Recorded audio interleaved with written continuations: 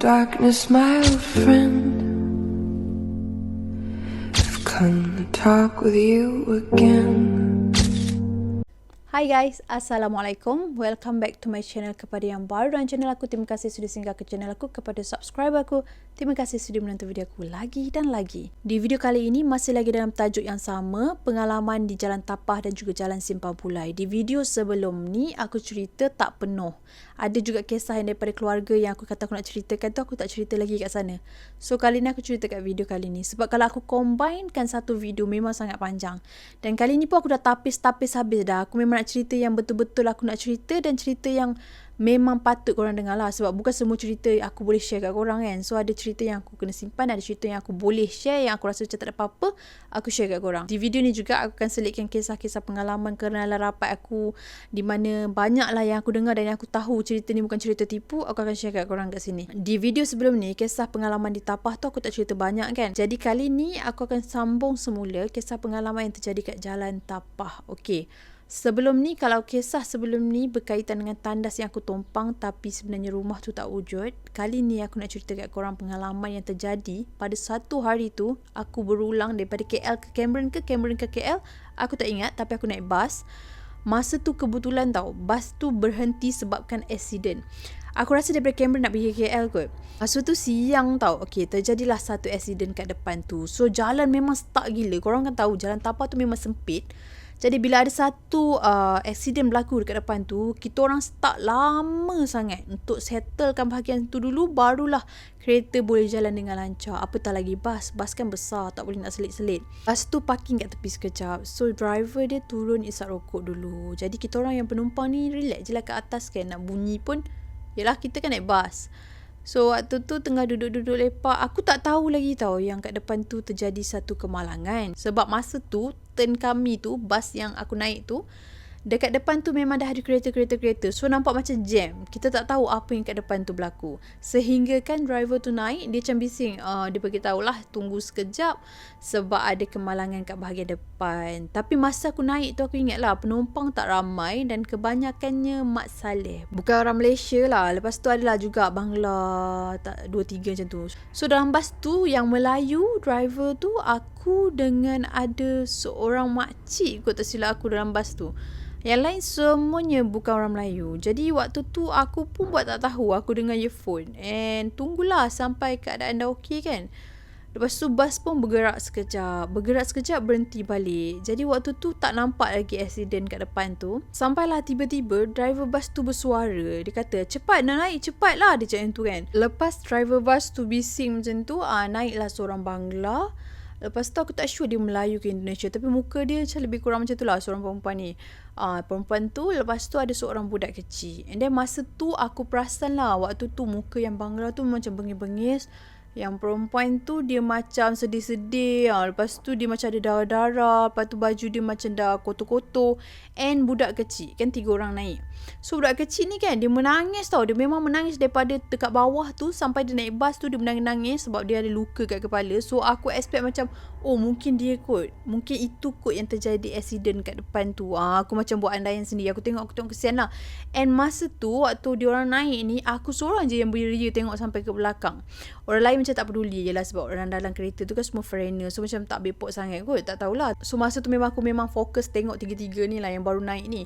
Sampai aku pusing ke belakang. Tapi aku tengok orang lain macam relax je lah. Tengok-tengok macam tu je. Tak adalah tengok beria macam aku sampai nak tengok ke belakang. Sebab aku tengok budak tu menangis teresa-esa. So aku macam, kesiannya dia. Dia kot yang accident kat depan tu. Lepas tu pula aku macam tak puas hati sikit. Sebab driver bas tu macam arang tau. Dia macam, masuklah cepat. Nak naik lah. Dia macam marah sikit lah masa tu. And adalah beberapa perkataan dia. Tapi pada waktu tu pun tak pelik juga sebab driver bas tu daripada awal masa kita orang dekat stesen bas lagi, dia memang dah popek-popek dah. Mulut dia memang agak keras sikit. Kadang kalau kereta depan lambat ke apa, dia mencarut. So tak heran lah kalau attitude dia macam tu, dia boleh bercakap dengan orang macam tu kan. So aku pun tengok macam tu, aku buat tak tahu je. Sampailah bas tu bergerak. Bila bas tu bergerak, sampai dekat depan sikit baru aku nampak kemalangan tu. Nampaklah kereta accident dengan kereta. So masa tu kira andaian aku lah kan, kereta tu nak potong kot. Lepas tu dia bertembung. Sebab dua-dua kereta dekat bahagian lane sebelah lah, bukan kat satu lane kan. Maknanya dia nak potong and then bertembung kereta. Jadi waktu tu tak nampak apa-apa. Mungkin sebab dah settle kot. Sebab masa tu ada ambulans, ada kereta polis. Dan waktu tu juga aku tak perasan pun ada macam benda-benda yang, yelah orang kata apa, accident yang heavy lah. Nampak macam biasa je. Cuma kereta dia remuk langsung lah. And bila nak tintai pun memang kita dah tak nampak dah siapa yang accident, siapa kat dalam kereta, siapa dan sebagainya lah. Sebab aku pun duduk belah sini kan. So intai-intai macam tu dia tak nampak langsung. Sampailah kat KL. Masa tu dia berhenti kat KL Central dulu. Lepas tu baru dia berhenti kat Pudu. Masa tu bas masih boleh berhenti kat Pudu lah. Jadi waktu tu sampai kat KL Central memang ramai gila yang turun. Sebab dalam bas tu kan banyak mak Saleh, lepas tu Bangladesh apa semua kan. Sebab diorang memang majoritinya turun kat KL Central lah, yang apa yang aku perasan lah. Lepas tu yang tinggal dalam bas tu aku, lepas tu yang seorang India ke Bangla aku tak sure lah, tapi ada dekat dalam bas tu dalam 6 orang macam tu lah. 3 orang yang tadi baru naik lewat tu, lepas tu aku and dia ada 2 orang lagi lah yang memang stay kat dalam bas tu sama dengan aku naik dekat terminal. Jadi tinggal 6 orang je lah kami kan. Okay, so aku faham yang diorang ni semua nak turun kat Pudu. So driver bas tu cakap lah, okay yang ini kat mana, Pudu kan? Lepas tu okay, ada yang jawab okay. Sampai sahaja kat Pudu, kebiasaannya memang semua turun lah. Sebab bas tu dia tak pergi kat TBS tau. Lepas tu aku pun turun, semua turun tu kan. Aku pun perasan yang 3 orang naik lewat tu dia tak turun. Jadi bila aku tengok saja budak tu pandang ke arah aku tau. Budak tu memang betul-betul pandang ke arah aku. Mula-mula dia macam ni je. Lepas tu bila aku tengok je dia macam tu kan, dia terus letak tangan dia dekat cermin tau. Dia letak tangan dia dekat cermin, dia tengok aku macam tu. Sampai bas tu nak bergerak dah, tiba-tiba budak tu macam rapatkan lidah dia dekat tingkap tau. Lepas tu bila aku tengok macam tu kan, aku macam bila aku dah nampak macam tu, aku macam meluat lah. Apa benda budak ni kan, dah tengah luka, tadi dah menangis. So aku macam benda lah budak ni, aku macam tu. Lepas tu bila aku dah macam tu, aku nak pusing ke belakang lah. Bila aku nak pusing tu, aku terpandang. Bila aku terpandang balik dekat bas tu, aku nampak dia orang tak ada. 3 orang yang terakhir tu tak ada dalam bas tu. Budak yang jeli lidah kat aku tu pun tak ada. Jadi kat situ aku terus macam terlintas, apa yang sebenarnya berlaku kan. Kalau nak kata ke diorang ni tak wujud, aku macam pelik juga kan. Takkan driver bus tu pun nampak diorang kan. So aku macam fikir lantak lah. Aku macam anggap macam mungkin memang mata aku je nampak. Aku pun jalan lah sampai dekat ujung, nak turun balik lah dekat Pudu tu kan. Nak turun ke bahagian nak pergi ke train. So aku nampak lah Bangla yang naik last kali tu. Tadi juga aku macam fikir kan, tadi aku nampak dia dekat dalam bas, sekali dengan budak tu, sekali dengan perempuan tu. Lepas tu aku nampak dia, aku macam pelik. Macam mana pula dia boleh jalan kat sini? Bila pula dia orang turun? Sebab tadi bas dah bergerak pun, aku still nampak yang aku kata budak tu jeli lidah kat aku kan. Jadi aku macam terfikir. Lepas tu aku tengok Bangla tu macam buat tak tahu jalan dengan aku. Lepas tu aku pun jalan depan sikit, aku tengok lagi dia. Lepas tu dia pandang aku. Lepas tu aku tengok dia lagi, dia terpandang aku. Aku dah fikir, ni kan dia ingat aku nak ngorat dia pula kan. Jadi aku pun buat tak tahu. Tak ada lama pula tu dia datang kat aku. Dia tak cakap bahasa Melayu, dia tak cakap bahasa Inggeris. Cuma dia macam, dia datang kat aku tu, dia buat isyarat. Macam kenapa aku pandang dia kan. Macam dia nak katakan aku ni cari apa sebenarnya. Lepas tu aku macam tak ada aku cakap sorry kan. Aku cakap macam tu dia. Lepas tu dia macam pelik tengok muka aku kan. Lepas tu aku tengok dia, okay, aku tengok dia lama sikit tu, aku tengok dia betul-betul, aku tengok di bawah, memang aku nampak dia memang real, manusia yang real. So aku terus jalan. Jadi lepas kejadian tu, apa yang aku faham sebenarnya, mungkinlah kan masa Bangla tu naik, yang 2 lagi tu adalah jelmaan yang aku nampak. Sebenarnya dia bukan satu family, faham tak? So Bangla tu real, 2 lagi tu tak real. Jadi bila aku nampak, aku ingatkan dia orang ni satu family. Rupa-rupanya bukan. So 2 tu adalah jelmaan saja. Mungkin jemaah yang accident ke, ataupun memang jemaah yang ada kat situ ke, wallahualam, aku tak dapat kepastian yang tu. Cumanya patutlah waktu nak naik tu kan, driver tu macam keras sikit. Nak naik macam dia marah kan. Selalunya orang Melayu kita ni kalau dengar orang luar ni macam keras sikit kan. So tak heran lah dia marah macam tu. Sebab dia nampak Bangla tu je kot. Dia tak nampak lagi 2 tu. So kat situ aku dapat jawapan. Ada lagi pengalaman aku dekat Jalan Tapah tu. Masa tu aku dengan family aku, kita orang on the way nak pergi mana. Masa tu aku tak tahu, tapi ikut Jalan Tapah lah. Tak silap aku sebab turun kat Jalan Tapah sebab jalan jam kot, ikut Simpang Pulai. Aku dah tak ingat, tapi masa tu memang kita orang turun kat Jalan Tapah petang. Lepas tu sampai separuh jalan tu aku nampak ada kambing biri-biri lintas jalan tau. Maksudnya dia lalu lah. Lepas tu kan, kau tahu tak, aku nampak kambing biri-biri tu daripada atas. Kalau korang tahu Jalan Tapah ni, kalau bahagian tepi yang bukan gaung punya, dia kan macam bukit. Lepas tu pokok-pokok terus ke atas. Macam mana kambing biri-biri tu boleh lompat daripada atas tu turun dan lintas jalan kan. So aku nampak benda tu. Lepas tu kambing biri-biri tu jatuh kat bahagian gaung. Aku tak tahu itu jemaah jenis apa, tapi waktu tu memang aku nampak. Tak dan beberapa kilometer daripada kejadian yang aku nampak biri-biri tu kan, aku nampak ada seorang pakcik tu, dia pegang kayu seolah-olah macam dia ni owner kambing biri-biri tu kot. Dia turun daripada bukit tu, dia pun turun ke gaung tu juga. Jadi waktu bapak aku tengah drive tu, bapak aku macam biasa je. Aku nampak, tapi aku tahulah benda tu macam jemaah sebab dia memang tak nampak macam normal manusia tau. Jadi waktu kejadian tu, bila aku nampak macam tu, aku tak ada macam, ayah berhenti. Aku diam ya, aku tengok ya apa kejadian yang berlaku tu kan. Lepas tu bila aku tengok, aku pusing belakang tu kan, aku nampak balik pakcik tu naik ke atas. Lepas tu biri-biri tu ikut dia. Lepas aku dah nampak kejadian tu, aku dah pusing belakang, aku nampak macam tu kan, aku terus pandang depan. Aku terus buat tak tahu. Aku ni jenis aku, kalau aku nampak sesuatu kat bahagian depan jalan raya, yang tak kisahlah mak aku ke, bapak aku ke, abang aku ke bawa kereta, kakak aku ke, kalau diorang bawa kereta, apa yang aku nampak kat depan tu, kalau aku tengok diorang tu macam tak gelabah, diorang macam tak terkejut nampak sesuatu benda kat jalan raya, aku akan cuba diam lah, sebab aku tahu mata aku je yang nampak.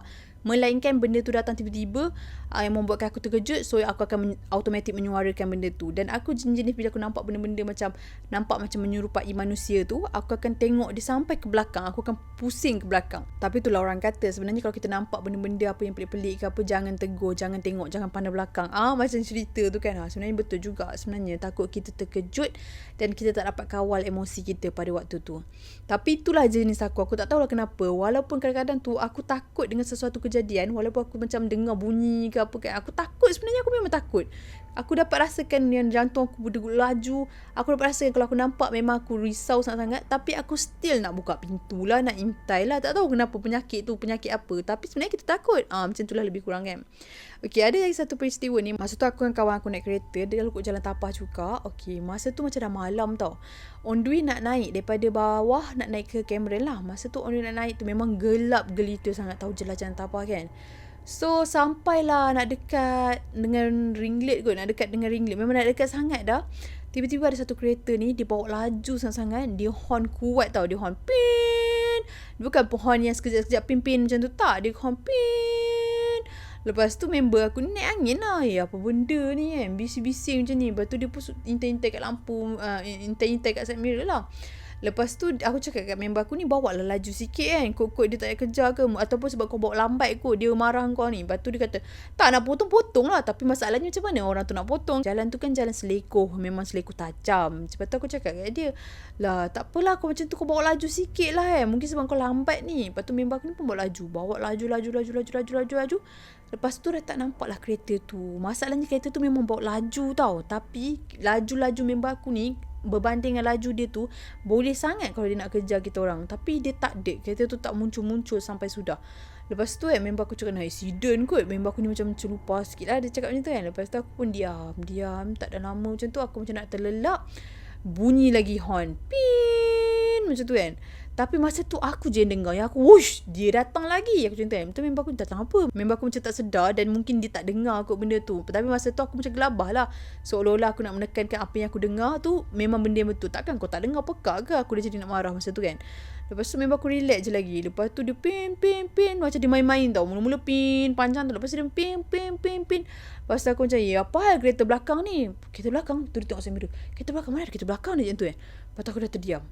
Masalahnya tadi waktu first tu yang kereta tu horn-horn, kau dengar ke tak dengar? Lepas tu cakap dengar. Lepas tu aku cakap sekarang ni aku dengar lagi horn tu, kenapa kau tak dengar pula? Kenapa kau tak nampak kereta tu? Lepas tu kata, manalah aku tahu dia tu, kau kot terbawa-bawa telinga kau. Lepas tu aku pun tak apalah kan, aku pun diam je.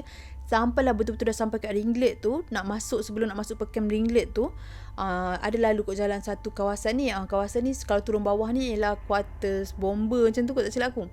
Lepas daripada kawasan tu sahaja, tiba-tiba ada kereta potong. Kereta tu laju sangat. Sampai ke tahap aku tak nampak siapa yang memandu kereta tu. Aku tak sure sama ada aku tak nampak dia ke, ataupun dia ada, aku je yang tak nampak ke, ataupun memang kereta tu pun tak wujud. Sebab masa dia potong tu sangat-sangat laju, tapi kawan aku relax je. Seolah-olah macam kawan aku tak terkejut pun ada kereta nak potong dia.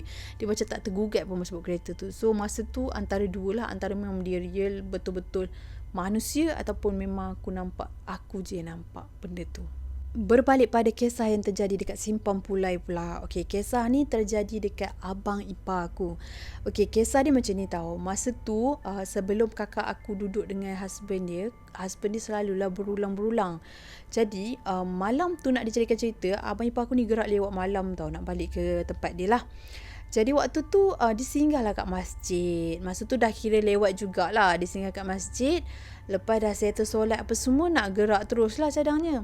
Tiba-tiba adalah seorang pakcik ni tegur dia. Okay, dah tegur pasal borak-borak apa semua. Lepas tu dia tanyalah nak pergi mana. So abang ipar aku ni jawab lah yang dia nak balik ke sekian-sekian lah. Lepas tu pakcik tu boleh pula pesan kat dia. Pakcik tu kata, dah lewat dah ni, bahaya lah duduk jalan tu. Okay, selain daripada kisah seram, macam aku cakap kat video sebelum ni lah, dekat Simpang Pulai tu ada kisah-kisah samun apa semua. So bagi abang ipar aku masa tu, dia ingatkan pakcik tu nak cakap pasal bahaya lah kan kat kawasan gelap tu, nanti takut ada penjenayah ke apa. Rupanya tidak. Pakcik tu pesan lah dari segi bahaya gangguan-gangguan ni. Lepas tu dia boleh pula pesan kat abang ipar aku ni, dia cakap kalau ada dengar bunyi-bunyi ke apa ke, abaikan saja. Kalau ada benda-benda tak kena ke, jangan tengok belakang, buat tak tahu je.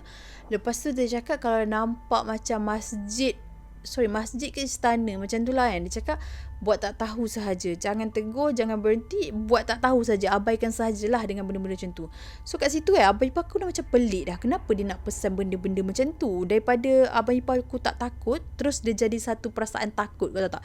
Yalah, kalau aku sendiri pun tiba-tiba orang pesan macam tu, kita terus jadi macam kenapa dia pesan macam tu kenapa dia mesti pesan kat kita macam tu kan. Pakcik tu cakap kat abang ipar aku ni, balik esok je lah kan, dah lewat. Lepas tu abang ipar aku cakap tak boleh, ada kerja esok. So abang ipar aku memang gerak jugalah malam tu. Jadi on the way nak gerak tu tak ada apa-apa. Sampailah dekat separuh jalan tu, tiba-tiba dia terdengar bunyi macam botol air tau. Okey, dalam kereta dia memang ada botol air lah dekat seat belakang tu. And masa tu ada botol air mineral, ada botol air gas. Tiba-tiba dia dengar macam ada orang buka botol air tu.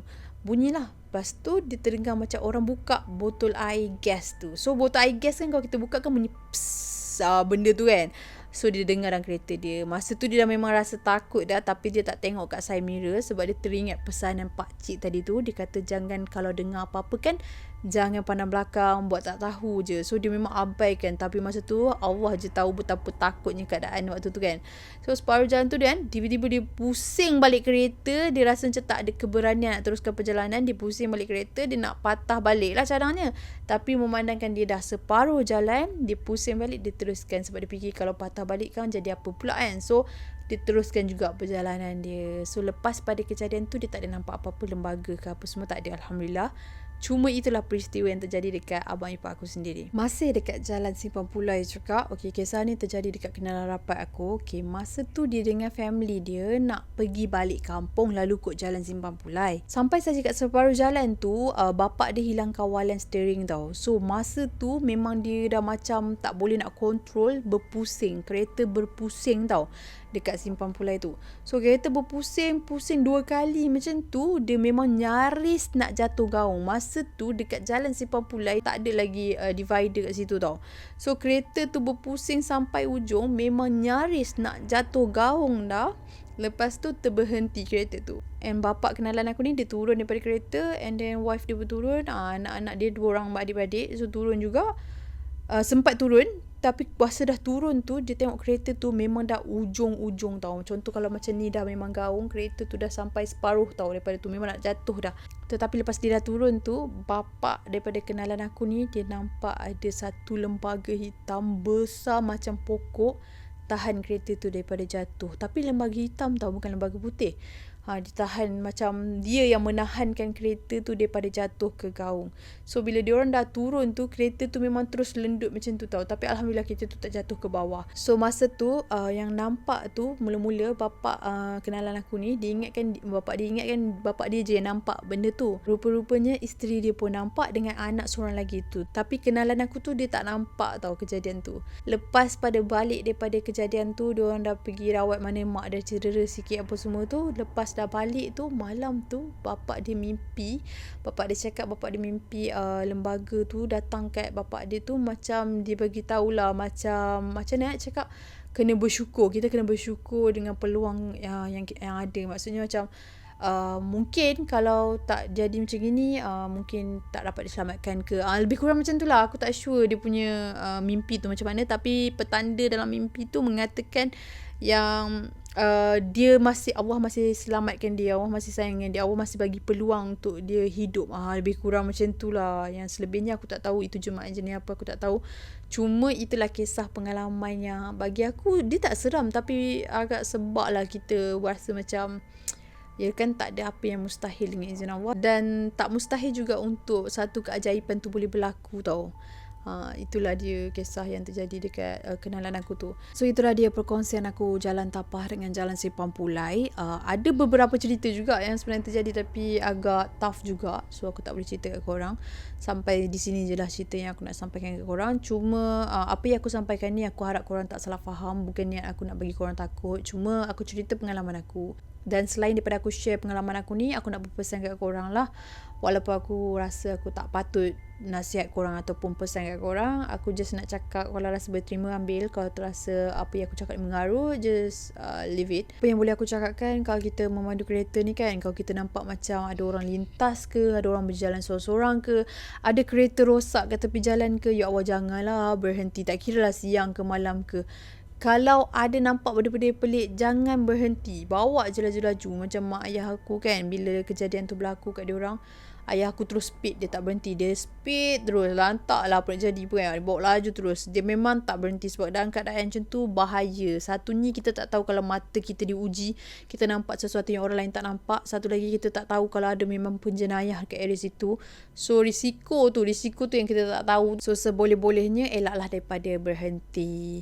Kalau nampak orang kereta rosak ke apa, doa banyak-banyak semoga ada orang lain tolong dia, polis ke apa ke kan, daripada kita bertindak ikut naluri kita sendiri, ikut emosi kita tak tahu benda-benda macam ni. So selain daripada gangguan-gangguan tu juga, kita juga kena berhati-hati daripada jenayah-jenayah semasa. Akhir zaman ni dah jenayah pun dah makin tinggi kan. So itu je lah pesanan aku untuk korang. Dan jangan lupa baca doa naik kenderaan. Semoga perjalanan kita dilindungi. Sesiapa yang selalu kerap berulang-alik jalan malam ke apa, berhati-hati sentiasa ingat Allah, sentiasa berdoa. Okay, sampai di sini saja perkongsian aku untuk hari ini. Sekiranya ada kesilapan dan pencerahan aku, ada terkasar bahasa, terguris hati mana-mana pihak, aku minta maaf. Sesungguhnya yang baik-baik itu datang daripada Allah Subhanahu Wa Taala. Segala kekurangan kelemahan itu datang daripada diri aku sendiri. Stay healthy, stay safe. Assalamualaikum.